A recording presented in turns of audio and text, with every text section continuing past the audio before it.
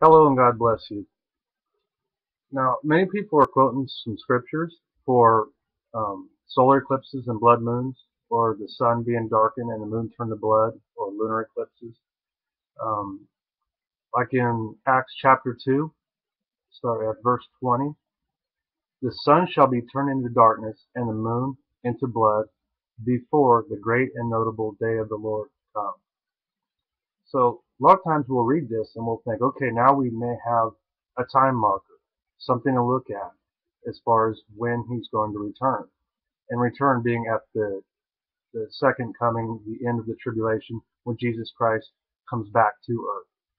So we're looking at this thinking it's a possible maybe a rapture time frame that maybe we can look at where it's getting very close.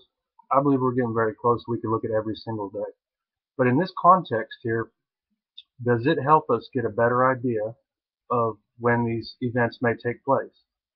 There's a solar eclipse coming up, and we're in the middle of a blood moon tetrad. So a lot of people are looking at this time. And I do think the blood moons are significant.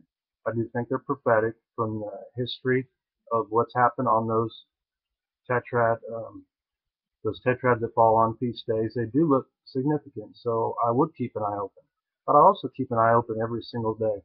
And the reason I say that is when we look at this, we may want to link this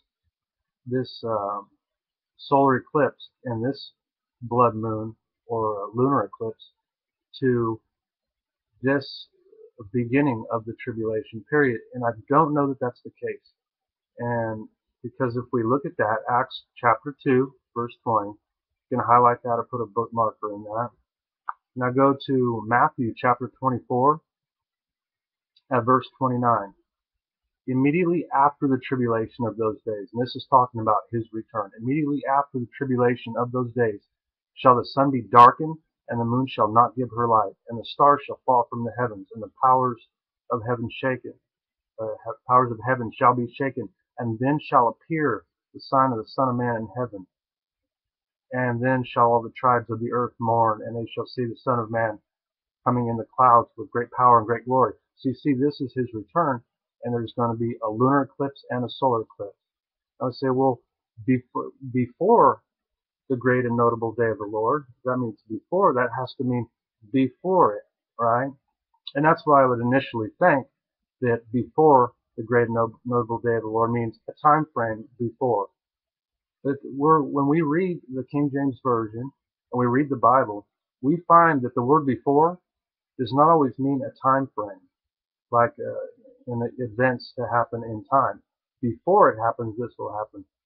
Well, a lot of time it's who stands before me, or in front of, or who are they looking at or seeing, and basically happening in the same sequence as the moon, the blood moon, and the solar eclipse are to come before him. So we may be missing that. It's something to look into when it says before the great and notable day of the Lord. It looks like, from Matthew, it looks like that's going to be happening as he's coming back, as he returns at the end of the tribulation period. And if you go to Revelation, if you look at the seals, you can see. I have a video about the seals, how they line up with Matthew chapter 24. If you look at Revelation, seals 1 through seal 6, you can read Matthew chapter 24, and it's in the same sequence of events that are happening. Just something to think about. So keep an eye out every single day, and look for us leaving, and look for his return. They'll be coming up shortly after that. And tell as many people as you can. You wouldn't want to leave without telling people. Thank you for watching, and God bless you.